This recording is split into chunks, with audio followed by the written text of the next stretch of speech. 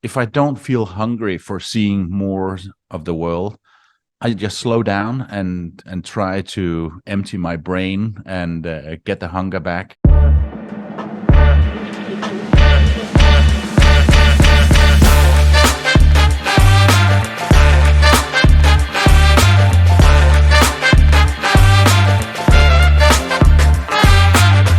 Alrighty, Koorliny, Kanana, thank you for joining everyone. Today we have really special guest, I gotta say, digital nomad that actually don't have a residency anywhere, sorry, for the past 6.5 years. He traveled 116 countries already.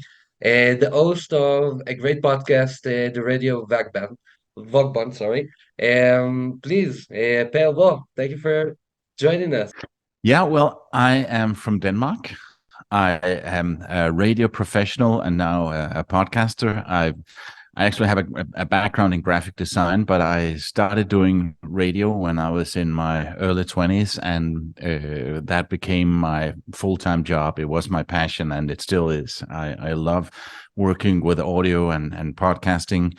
I started my company in 2007, mostly producing radio commercials, but then it went more and more into podcasting, and now it's 95% podcasting and very little radio commercials and a few voiceovers. But I'm able to do that anywhere. I was able to become a digital nomad, and I have two kids that were living with me half the time and half the time with their mom. And as long as they were going to school and living at home, I would be staying in Denmark. But then I could see, I think it was in 2013, that, okay, in a couple of years, my youngest is going to graduate and she's going to move out and find her own place, as is custom in Denmark, find a small apartment when they graduate, and then off to university. But I thought, okay, now I am not so tied to living in Denmark anymore. So I was actually playing around with the idea of just living abroad for 2 years. And somebody said, oh, you should go to Cape Town. They take radio very seriously down in South Africa. And it could be a good place, and it's a wonderful city and wonderful people. So I thought, yeah, maybe I'll go live in Cape Town for a couple of years. And then when I was still living in Denmark, I went there for 2 months and just to try it out, to see what it felt like. It had to be more than just a week or two. So I would be more than just a tourist. I would see, how do I feel about living here? Mm-hmm. And then I came back and thought, that was awesome. And I realized that I thought I was going to go down there and build a new client base and work with South African clients. But then I realized that my clients back in Denmark didn't really care where I was, as long as I could do the work. And I realized that I could work anywhere. It was not on my radar that there was such a thing called digital nomads. But I just thought, yeah, there's so many other places on the planet that I want to see. So I had my office and studio at my house. So in my kitchen, I put a world map on the wall, and every time I poured a cup of coffee, I would take a pen and make a little dot on the map. And all of a sudden I had a lot of dots in some exciting places, and started connecting those dots into a route around the world. I was still thinking it was just going to be 2 years, but I planned the crap out of it. I really I knew exactly where I was going to be in what week of what year, and I made this nice route around the world. And I thought, yeah, I might deviate from it at some point. Obviously, I never got. I did the first 3 countries: Estonia, Latvia, and Lithuania, and then after that, that whole plan was off the table. And when I look at the map I have now, where I've been the last 6-7 years, it looks like spaghetti has been thrown on the map. It's crazy, because there's no connection, and it's just all over the place. And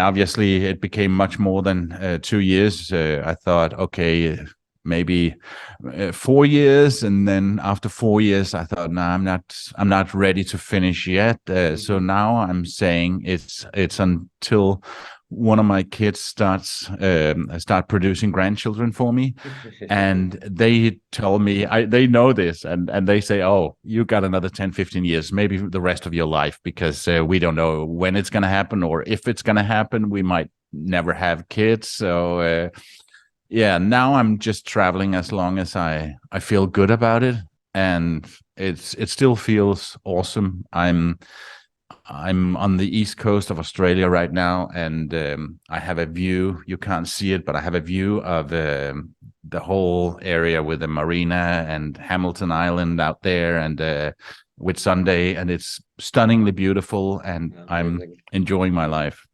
Oh my God, I just look at my passport. We extend our visa over here.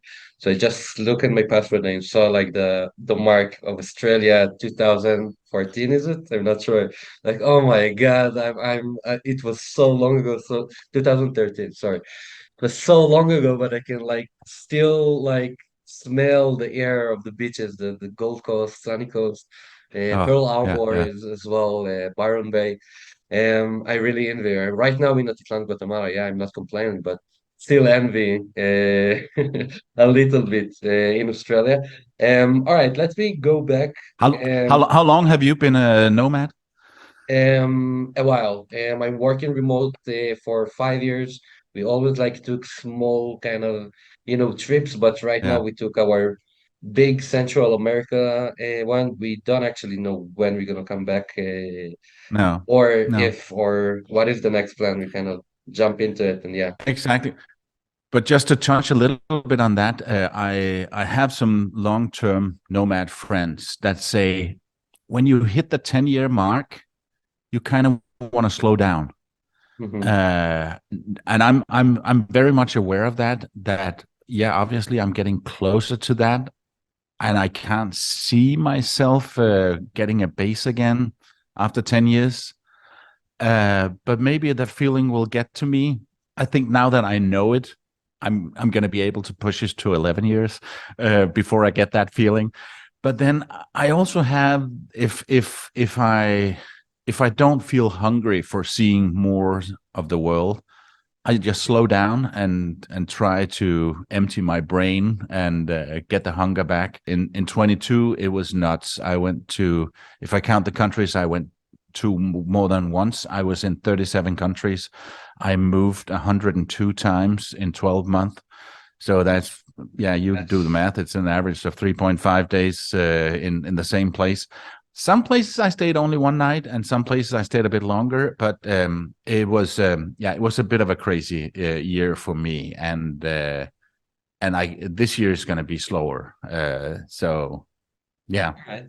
So let me try to go back just a little bit. You actually used to do radio and everything that you're doing right now online, right? But what, in an office, like in studio, full on thing? yeah. When I did radio, I did almost everything in radio. I was Yeah. the morning host. I was sales manager. I was general manager. I program director.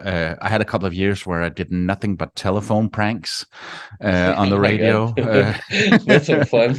Uh, yeah, and yeah, and that was all in studios. But now I'm traveling with a microphone. I have let me just I have a Zoom There we go. recorder that I record my podcast on. I can do that anywhere, and then I just edit on my MacBook. Hmm.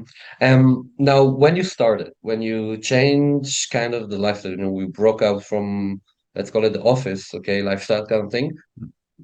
How was it? Like, we're talking about 2013, you mentioned. So way before the COVID and quarantine and everything, when, Yeah, that was the big yeah. break for digital nomads. Tell us a little bit how it was for, the old school nomads, if I Hmm. will. Yeah. Well, yeah, I got the idea to become a nomad in 13, and I started doing it in July 16. And I had a very good thing going with my production company, producing radio commercials, and it was almost only built on networking and making friends and going to network meetings in Denmark, and that's obviously something I couldn't do when I was traveling. And I tried to keep in touch, but I'm not the kind of salesy guy that would call up some random companies or agencies and say, "Hey, work with me." Mm-hmm. I can't do that, and it was all referral based. And you have to remember this was pre-pandemic, so it's become a lot easier now, and not so much an issue of where you Yep. are.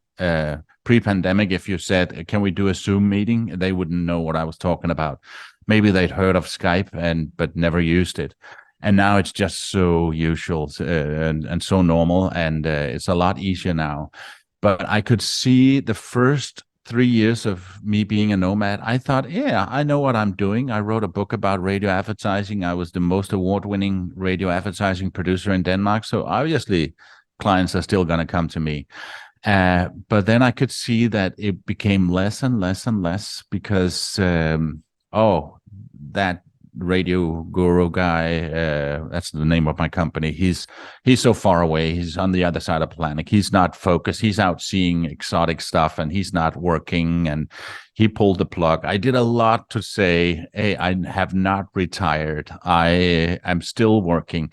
And still so many people said, oh, it's so cool that you pulled the plug from the rat race and stopped working. No, I did not stop working. I'm still here.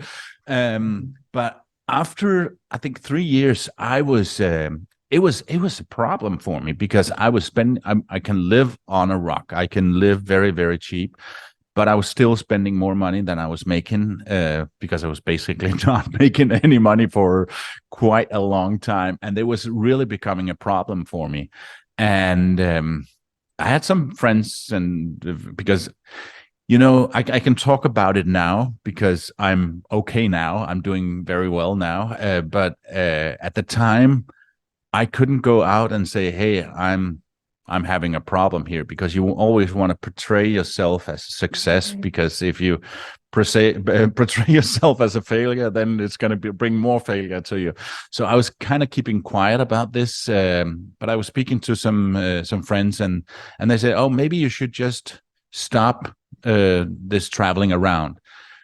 But here's the thing, Ben. It would cost me more money living in Denmark than living on the road. Yep. So I couldn't afford not to be a nomad.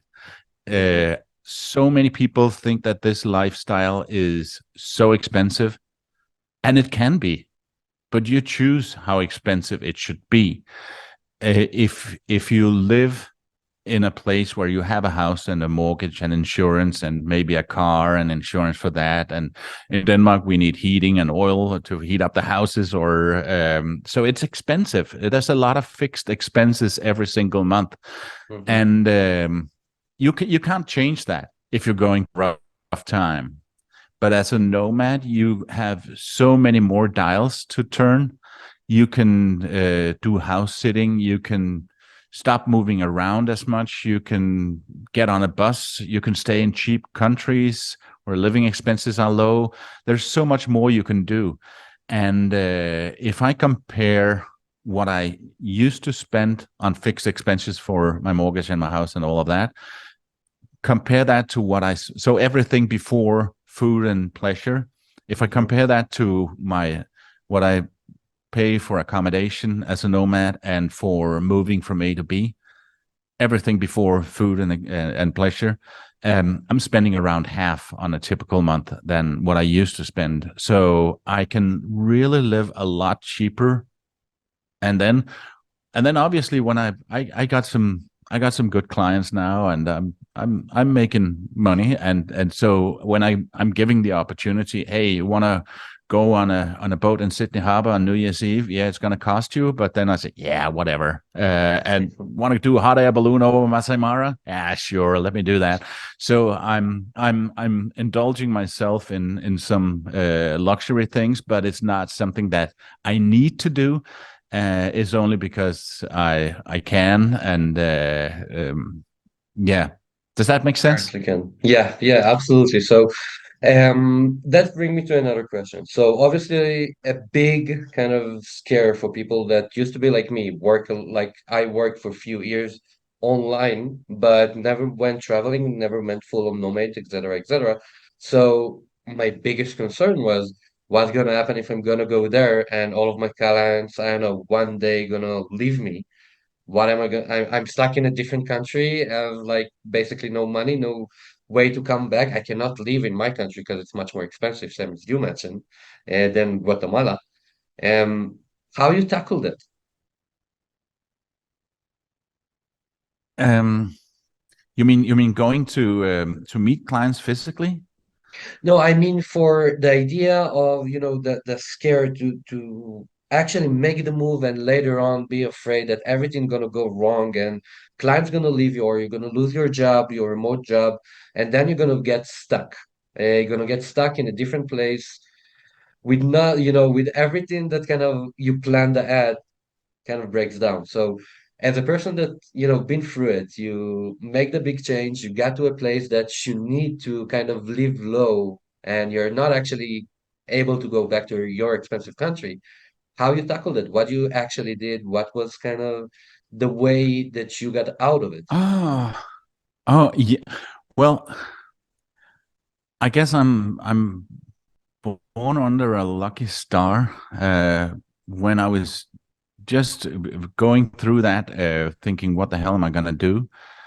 I I tried to promote myself in other things, but that didn't really help. And then out of the blue, I get a call from Lego, the Lego Group, saying that they would like me to pitch for a podcast project for Lego Technique about the Bugatti Chiron. They basically asked me, "Hey, can you help us find a host for this podcast?"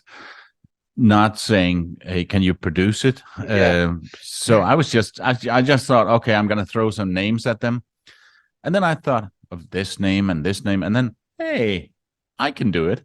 So I Mhm. pitched Yeah. myself, and I should produce it as well. And they told me that I was up against some really big production houses with a lot of people, but they kind of liked working with me because it was more of a boutique operation and a one-man band, and obviously I hire people to do certain things. But we did 2 seasons of the Lego Technique podcast that I hosted myself about the Bugatti Chiron, which was awesome. It's still out there in the podcast apps, and you can hear me screaming as the Bugatti drives really fast, and that led to them starting a new project for Lego Art for yeah, it's a Lego thing for grown-ups where you can build a an artwork that you can put on your wall built out of Lego. And every time they put out one of those sets, um, we're doing a podcast or a soundtrack for it that comes with it that people can listen to, and there's a QR code on the box, and you can listen to the story behind Star Wars, Harry Potter, Mickey Mouse, the Rolling That's Stones, cool. Andy Warhol, all kinds of stuff. I'm not hosting those. I'm producing it. I'm working on finding the guests and creating the questions and the talking points, and then I'm making sure that everything gets recorded and I edit it, and we've been doing that for 4 years now, and I just this week signed a contract for the next one that we're starting to work on now, and it's all very exciting. And Okay. it, yeah, I don't know what I would have done if they hadn't showed up, because that kind of saved my ass at the time, and then I have other clients as well, but like I said, it's 95% podcasting. It's mostly podcasting works. So you got your ass saved, but what if you don't get this, surprises call? What would you say to a person that right now kind of stuck, and need to get those job or need to sign those contracts? Oh, it's a hard one. Yeah, try to diversify and see if you can do different things, uh, and what I say to people who are thinking of becoming a nomad is go and try it out for 6 months before you sell everything, like I did. Uh, Maybe it's a good idea to just test it out to see if the lifestyle is for you, because it's definitely not for everybody. And also see if you're able to do the work, and if you're able to maintain the clients before you make a full decision. Uh, Right. yeah, Yeah. maybe if you can have a little extra in the bank before you start, so you can, if all of a sudden things change, you still have for a plane ticket back home, Something, or yeah. you still have a Mm-hmm. little bit of a nest egg there where you can go for a while. Mm-hmm. Gotcha. All right. So let's put the job and work in the side for a second. And let's talk about the lifestyle. Being a digital nomad, tell me about your, let's say, day in the life. Yeah, the day of the week is not that important. I do work on Saturdays and Sundays, and I take days off in the middle of the week. It all depends on, do I have a deadline? Do I have something that I need to do? Um, and I I've often had the curious look from Airbnb hosts, noticing that I'm not going out exploring their beautiful destination like any of the other guests. I'm just sitting behind my computer.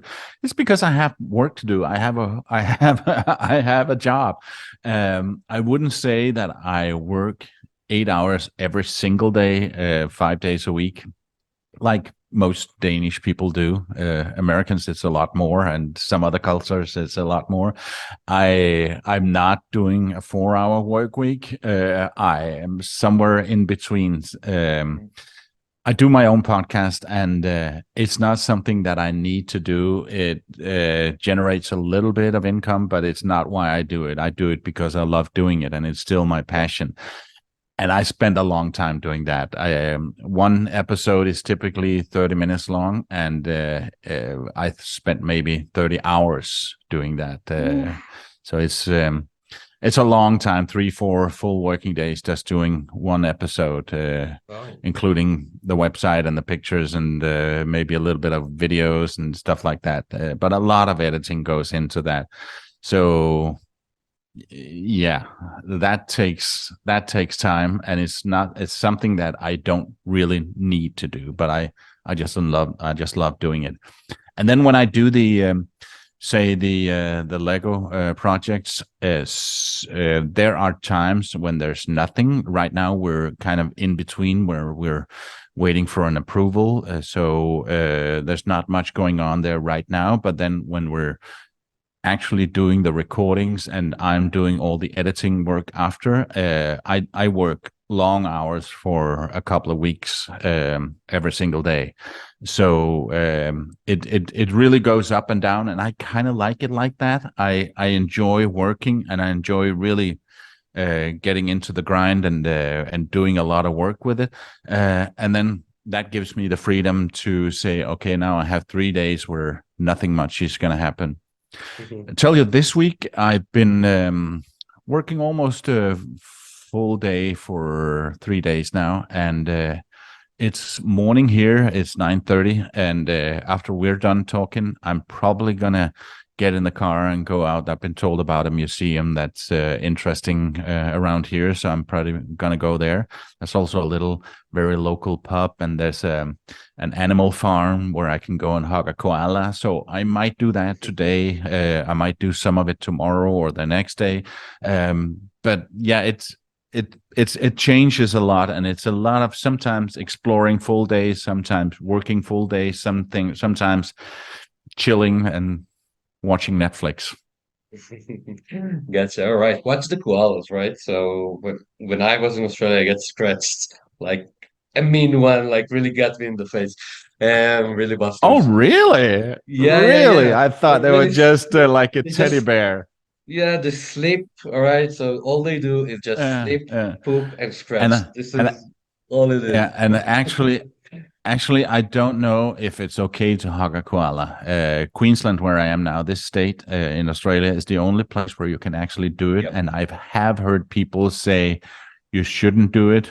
It's a wild animal, but I feel that they're kind of domesticated. But I want to do right. I went swimming with dolphins when I was in the Bahamas, and then after that, I learned that you should never swim with dolphins in captivity. So I made a whole episode about that, how I did that, and it was amazing. And then found out and learned my lesson and felt so ashamed. And then I did the episode where I spoke to an activist talking about that. No, All right. I'm getting off Wow. on a completely track here. Yeah. No, no, no. It's really And interesting though, because never ever ride elephants. You should never ride an that's for elephant. sure. We That's all for know sure. that. Yeah. Yeah, yeah, yeah. So the Bahamas dolphin, I actually didn't know that, It sounds like really nature attraction kind of thing, and everybody kind of does it, and Yeah. no Yeah. awareness at It's all. okay.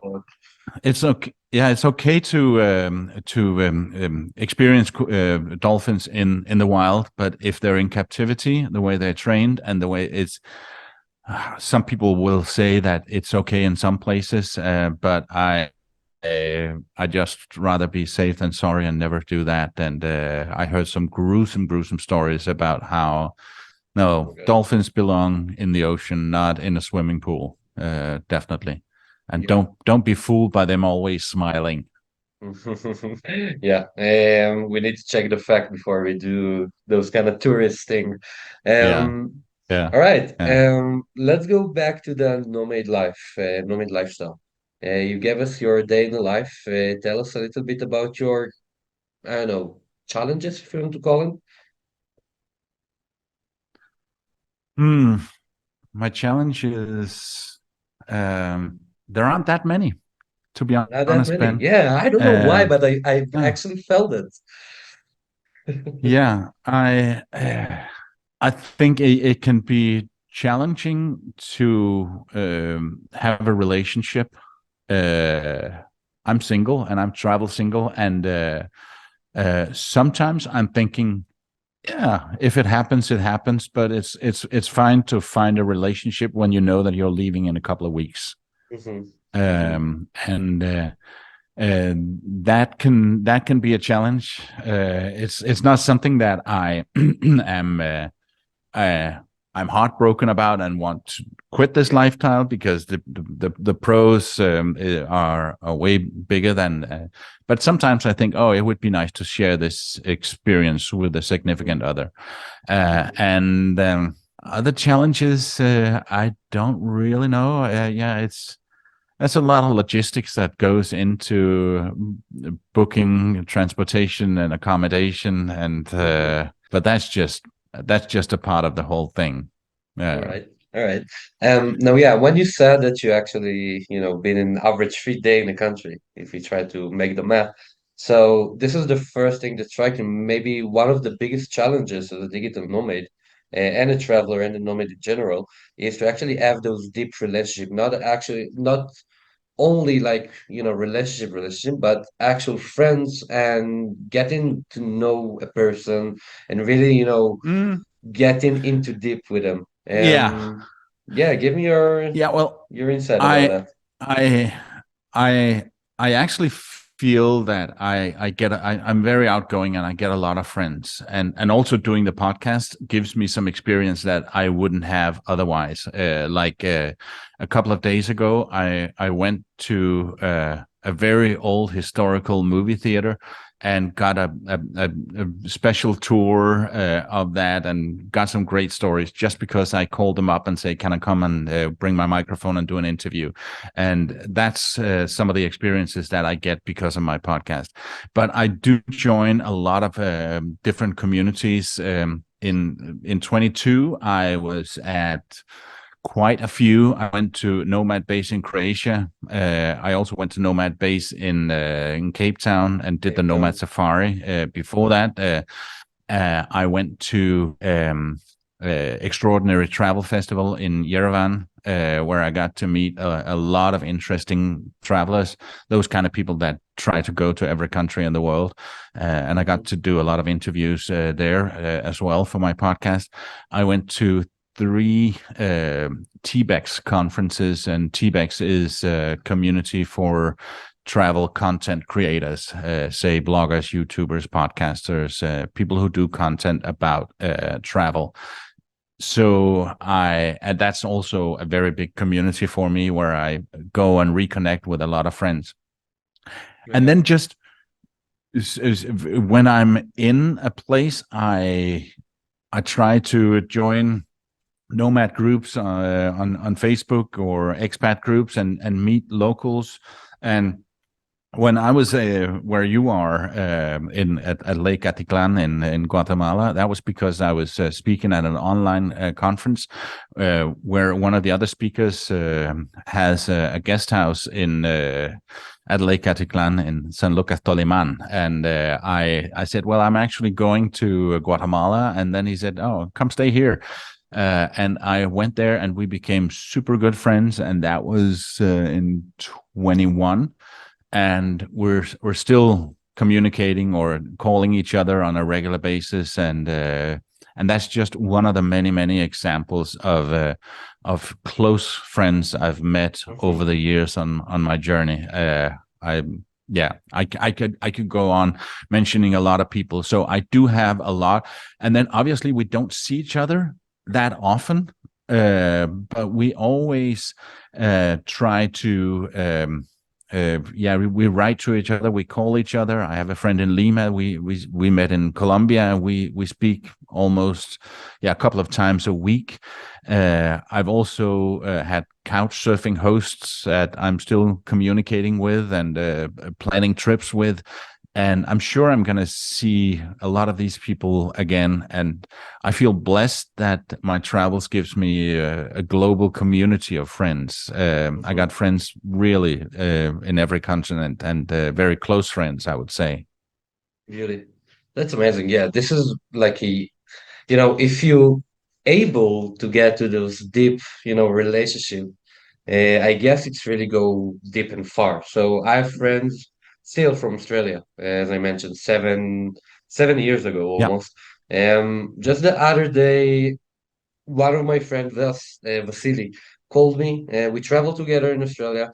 Hey, listen, Ben, I need help with this, and that, like in marketing. I have a new online course. Hmm. We came into process of work together, and actually we launched his own kind of webinar podcast.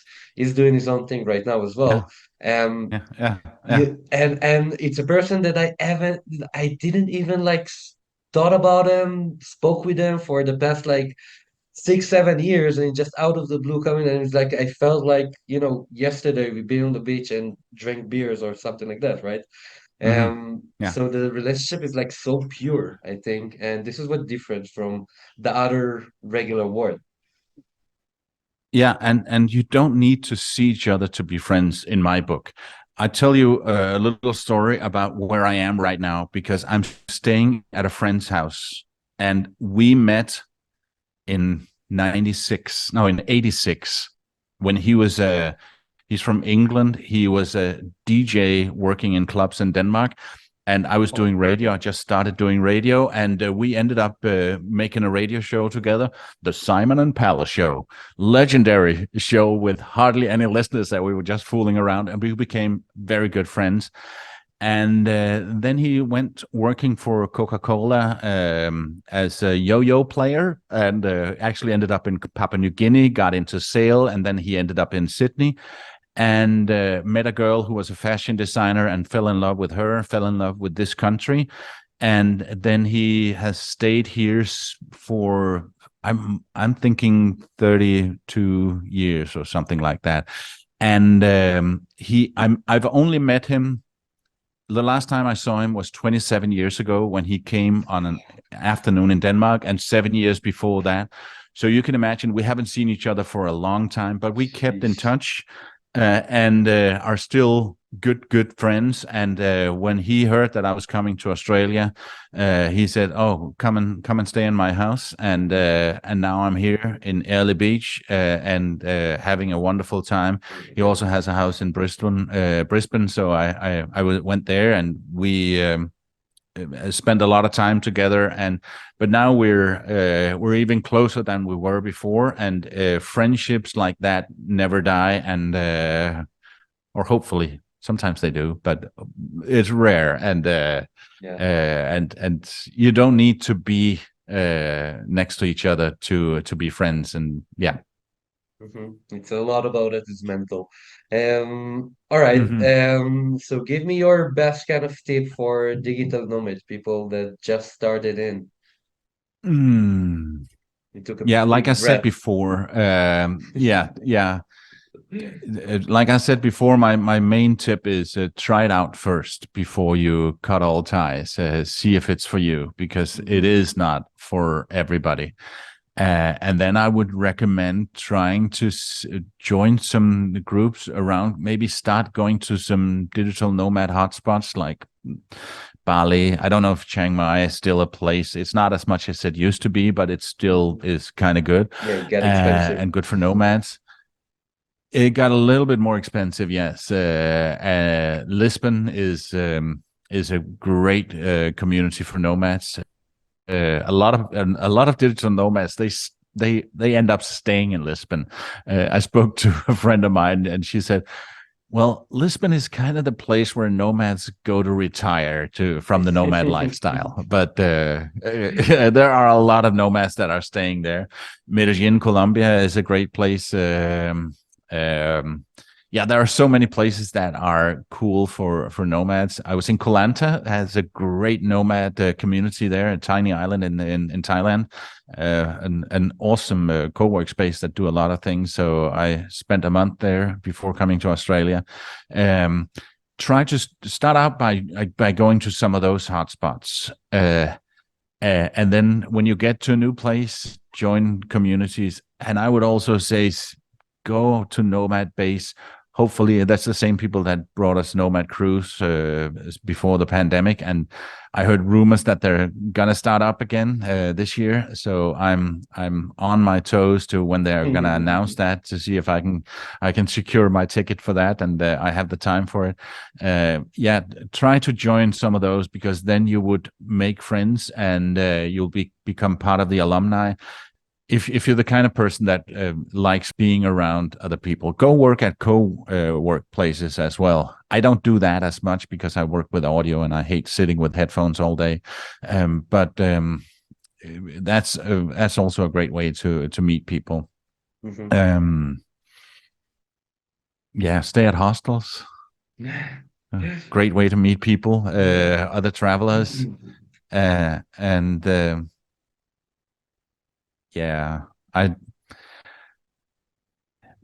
travel the way that you feel comfortable about traveling. If you're somebody who likes to move fast.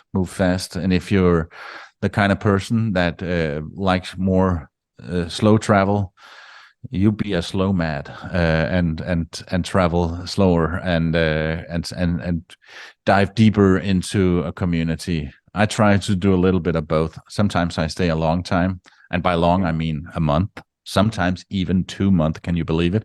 But I it's rare. I travel mostly. I travel a bit faster than the average nomad, because I just like experiencing new things, and Mhm. sometimes I get restless and saying, "Yeah, I got to keep moving." It's actually The the high slogan of pass. my podcast. Gotta keep moving. Yeah. Perfect. All right, so I know that the next question is gonna be a little bit hard to answer, but you gotta try to give it to us. Oh, I feel what's 116 coming. countries. I feel what's coming. I'm not even gonna answer it. Just I'm not gonna ask it. Just please answer. Ah, 116 okay. countries. That's it. This is the question. What is your favorite? What is your favorite? Is that the one? Yes, sir. See, I have two kids, and choosing the favorite child would be easy. No, I'm kidding. Uh, yeah, it's one of the questions that we get a lot, and you get that a lot as well, I'm sure. And thankfully, I have an answer for that, and that's Cape Town, where the whole idea started. it's still my favorite place, and it's the only place I could see myself staying if I stopped being a nomad.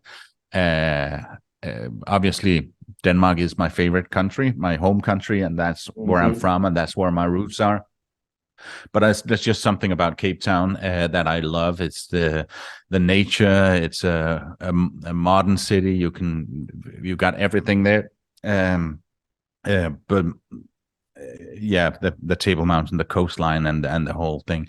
But mostly it's the people, and they're so friendly, and it's so easy to make friends there. And I actually managed to get there on March 11th, 2020, and the next day the whole thing shut down. So I managed to get stuck in Cape Town, and it's not the worst place to be stuck.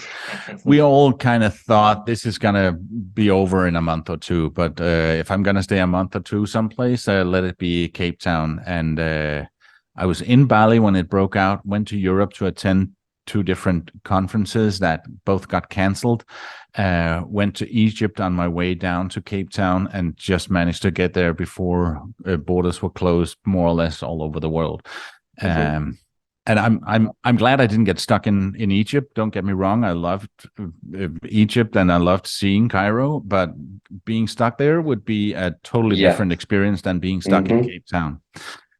I ended up staying. I think the borders were closed more or less for 7, 8 months. I ended up staying 9 months, but I was still being a nomad within Cape Town because I'm so used to packing and unpacking. So I moved. I think I couldn't leave the country, but hey, I could get in an Uber when that was allowed, when they went from one level to another. And so I thought I can move within Cape Town. So I moved around and stayed in some different places in Cape Town, and I have so many friends there, and had a wonderful time.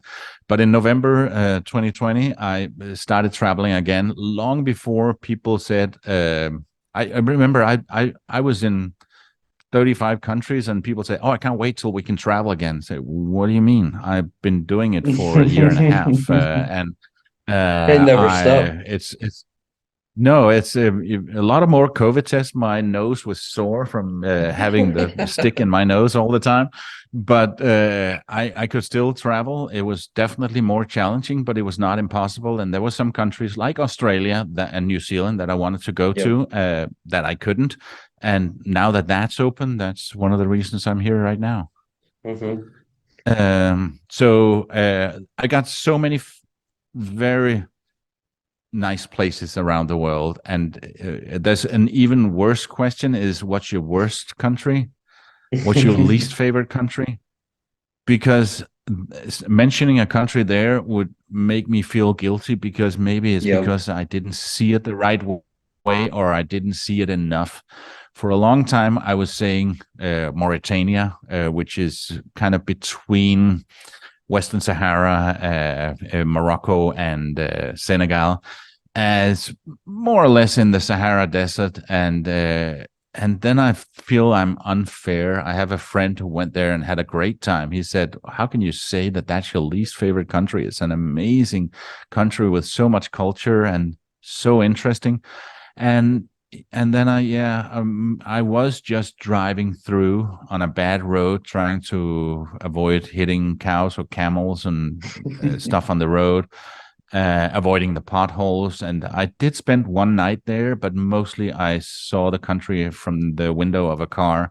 And that is not a fair way to judge a country. So some countries I love and really want. Most countries I really want to go back to and explore some more. And every time I leave a country, I'm thinking, oh, there was so much I didn't see. But then I say, well, that just gives me a reason to come back. And yeah, that goes for most countries that I want to go back. Even the countries that I didn't really enjoy that much, I go back and then discover something else that's great. Yeah, it's a Yeah. tough one. I It's a tough maybe I one. could, if I had a gun to my head, I could put a list of 10 countries that would be in my top 10, but then Right. if you ask me the Here we next go. day, that list might be different. Yeah, and putting them in ranking order would be so hard. It's gonna take, So I guess it's yeah, gonna take you like anywhere between 2 to 3 months to create this list. so yeah, so Ben, what's your favorite country? Well, Australia. I'm not gonna lie. Ah, Well, Byron Bay, it's easy. Like yeah, Byron Bay it's is my favorite place in the world. Straight plane, that's it. I always gonna have like, okay. yeah, I mean, I'm still, exploring. I'm still like moving. I'm still like, in my journey, but it's gonna be really fine, to find a place, really hard to find a place that's gonna match Byron Bay Mhm. in Australia. Yeah, yeah, yeah, yeah. Yeah. All right. So first of all, thank you so much. That was really amazing interview. I really enjoyed it. Yeah. Obviously we're gonna have all of the social, all of your Facebook, YouTube, Instagram, in the description, just for everyone to follow. Please do, guys. Um, you already got a vibe, so I'm sure that you want to look for some more. Thank you everyone. That was a great show. Again, I'm gonna ask you one last time, what gonna be in 2023? What is your plan for 2023? 23, sorry. Well, the reason I go to all these TBEX conferences is because I produce and co-host their podcast. So I go to everyone, and I know that they're gonna have three in 23. So that's gonna put me in Greece in May. I'm gonna be in Wisconsin in North America in July, Wisconsin. and then they just announced that they're gonna do one in October in South Africa. In South So I'm going Africa. back to All South right. Africa, not in Cape Town, but in Durban. And so I'm going to be there. And then I hope to go to Bansko in June for Nomad Fest. I hope to go to London for World Travel Market in November.